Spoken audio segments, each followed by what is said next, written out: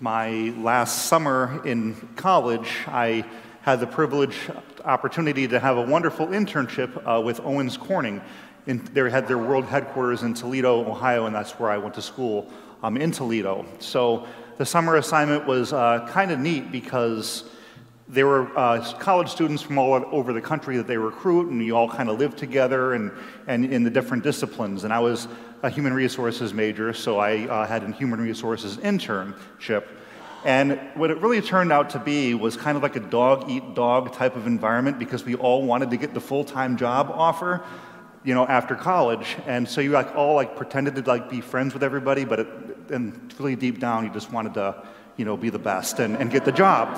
So, we were all working our socks off the entire summer, and came time for really the company to interview all of us to see who was going to be getting the full-time jobs and whatnot. So, of course, I really wanted to work there, and I was very disappointed because somebody else who I didn't think was qualified, got the job over me.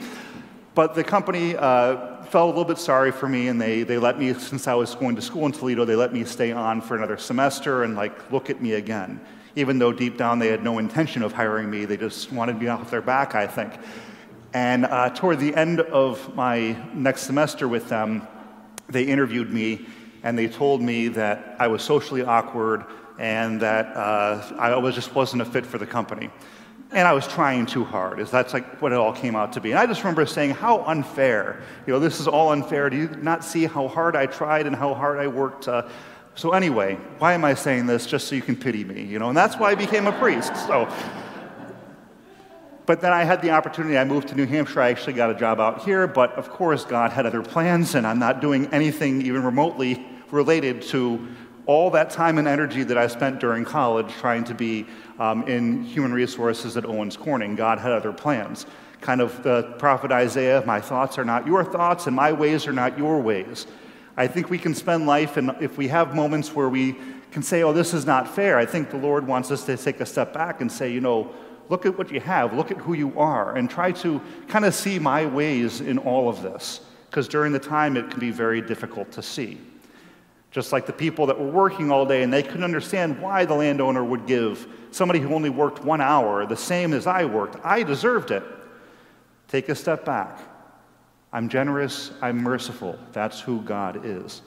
And I think during this pandemic time, too, we can say all the things of our life isn't the way that we want it to be. It's not fair.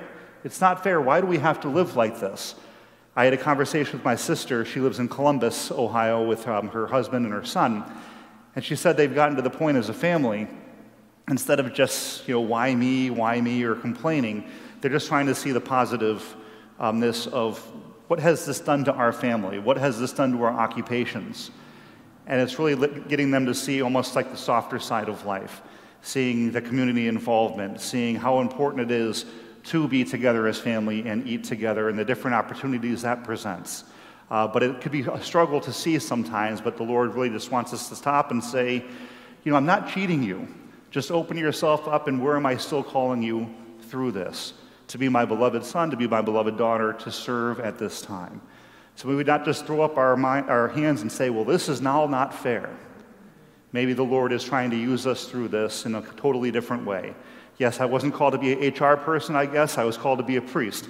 But we're not called to just complain all the time. He's calling us to do something with what we've been given. Since we have the Holy Spirit deep within us and we have been called to servitude, we've been called to serve one another, even at this confusing time.